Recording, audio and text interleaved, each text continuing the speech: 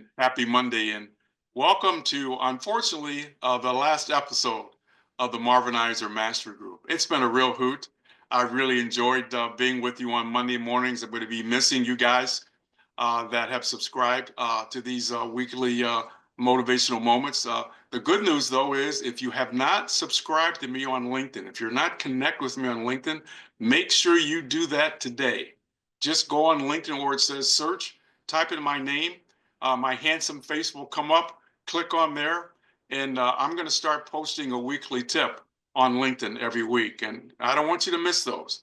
And you'll be able to receive those at no charge. And look forward to reconnect with you all then. All right, we got a great thing for this last episode. We're going to talk about the word of the day, like we always do, that you can use for the week.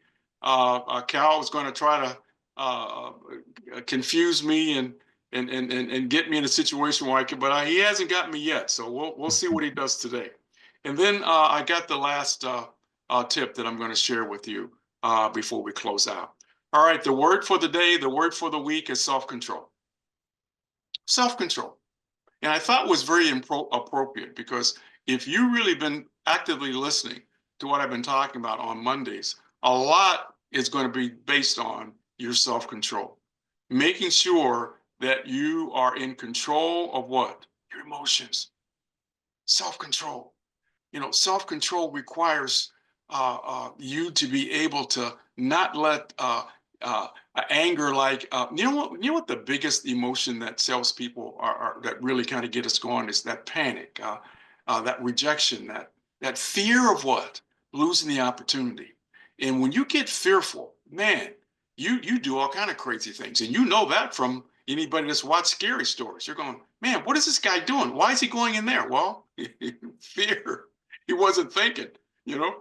I'm sure somebody at some point has asked you, what were you thinking when you did that? What were you thinking when you said that? Well, you know what the answer is? I wasn't thinking. That emotion had you, so self-control, exercise self-control, breathe deep, pause, thinking questions. Sometimes what motivates me is the consequence of talking too soon. So what's going to be that thing that's going to help you minimize what I refer to sometimes as diarrhea of the mouth?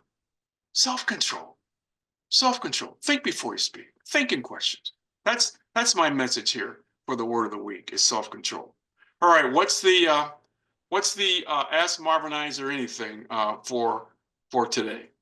So, the last question I can stump you with is how can I generate high quality leads without relying on cold calls? Well, let me just say something because I still have a book on my shelf that's titled Cold Calling is Not Dead. Cold calling is not dead. Because you hear a lot of people go, oh, it's so tough to cold call now. You can't get past the decision maker. People won't let you in. Well, yeah, but cold calling is still not dead. There are still people going door to door, so to speak. So don't eliminate cold calling altogether. But there are some things that you can do. And I'll tell you, there's a couple of things that I do that I'll share with you because I'm not doing any cold calling at all at this point. But I'll tell you what, I do a lot of networking. I put myself in position so people can try me before they buy me. So where are you networking at? What are you volunteering for? Are you using LinkedIn? What are you doing for social media to put your name out there? There are so many things. Are you sending out maybe a little letter, addressed to a potential suspect, and you follow up with a call? There's so many different avenues that you can utilize other than cold calling to get yourself in front of that suspect. Take advantage of that. But I'll tell you, if you were to ask me, Marvin, where did a lot of your first opportunities come from? It came from volunteering at a couple key areas that I volunteered on, and I got involved in that particular opportunity. And I did a lot of speaking at chambers for free to put myself in front of opportunities. So I want you to contemplate today and just sit down and think for a minute and reflect on where can I put myself to give myself an opportunity to try so they can try me before they buy me. Even getting involved in your neighborhood. There's so many different ways that people have I always say, don't be a secret agent, because it's not who you know sometimes, but who knows you. So making yourself available so people can get to know you. There's a song about that, by the way. Getting to know you, getting to know all about you. But they can't get to know you if you're a secret agent. So that's my response to that. Let's go to the topic of the day. And it's pretty simple, but it's something that a lot of people don't do. Reaffirm the relationship. Reaffirm the relationship. Salespeople, unfortunately, are known for, I'll do or say anything to get the sale. And once I get the sale, you'll never hear from me again. Well, that's not the way it should be.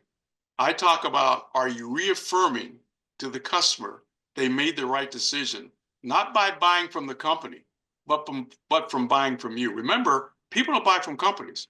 They buy from the people who work for these companies.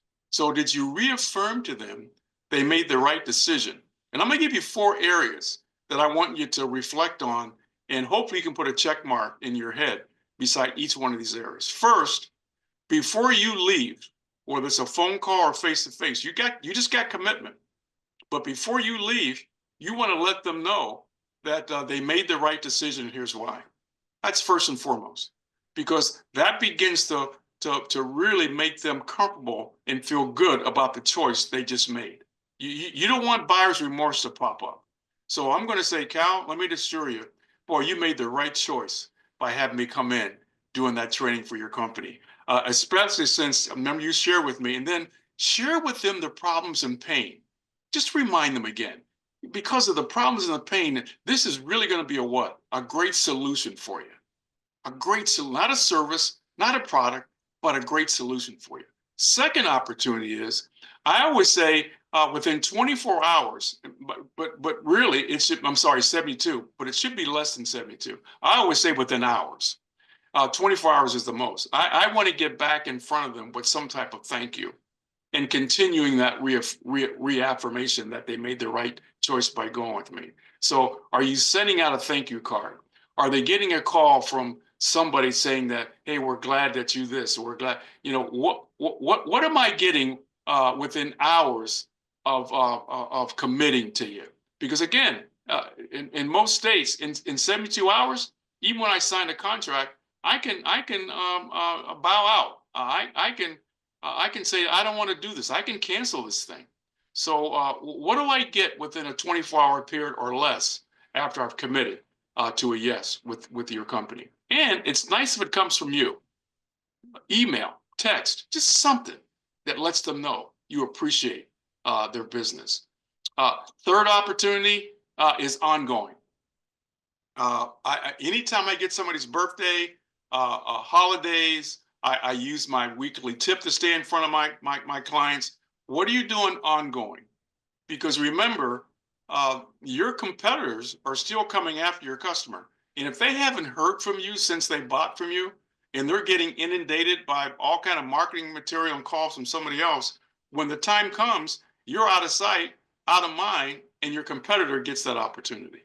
So what's your ongoing commitment? I know some companies do a newsletter. Some companies do seasonal things. Some companies will just do informational things on a quarterly basis. But you need to be doing something ongoing to stay connected with this relationship. And then last is year end, and you can do this around Thanksgiving, you can do it around New Year's, but at the end of the year, just letting that customer know, hey, thank you for your relationship. Thank you for doing business with us. I love Thanksgiving because Thanksgiving is an attitude of gratitude. And I want them to know I'm grateful for the relationship that I've had with you and looking forward for it to continue in the upcoming year. So 4 opportunities before you leave. Boy, you made the right choice, and here's why. Second opportunities, maximum 72 hours, get back to them in some way, shape, or form. Third opportunity, ongoing, staying in front of these client relationships, because you don't want one and done.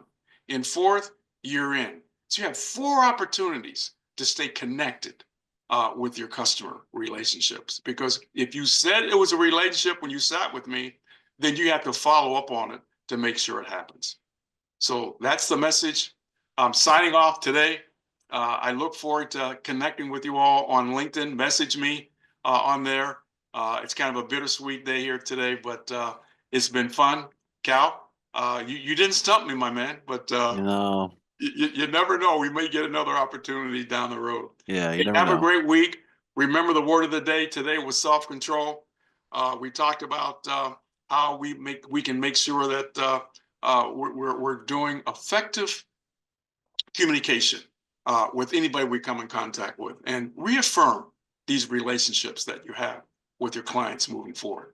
Thank you so much, and we will see you on LinkedIn. Bye for now.